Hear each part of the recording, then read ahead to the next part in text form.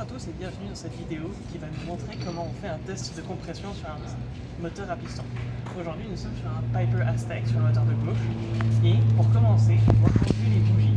On doit enlever une seule des deux bougies sur les avions ou la seule bougie sur une voiture, mais si on est sur un avion on prend une des deux bougies, celle qui est le plus accessible. Donc nous on a enlevé celle du bas parce que l'avion est sur jack en dessous et c'est ça qui est le plus accessible en ce moment. Ensuite, on doit bouger les vis jusqu'à atteindre le point nord et atteindre le temps de compression sur le cylindre qu'on veut tester. Donc on bouge les vis en mettant le pouce sur le trou. Et ensuite, quand on a atteint le trou, le temps de compression, on branche l'outil de compression qui est relié à une ligne à air normalement. Et là, en ce moment, il est fermé, il montre 0 PSI partout. Donc on branche ça sur un truc qu'on met dans le trou de la bougie. Et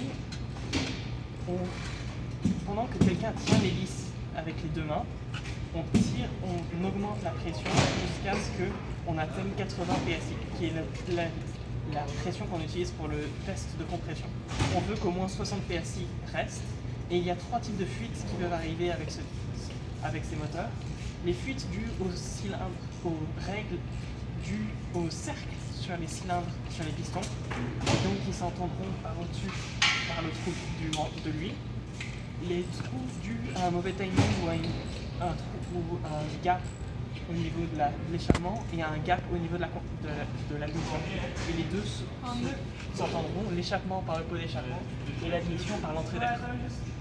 La seule qui est admise, c'est celle par le piston.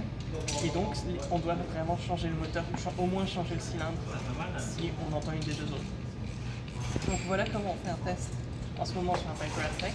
Merci de m'avoir écouté.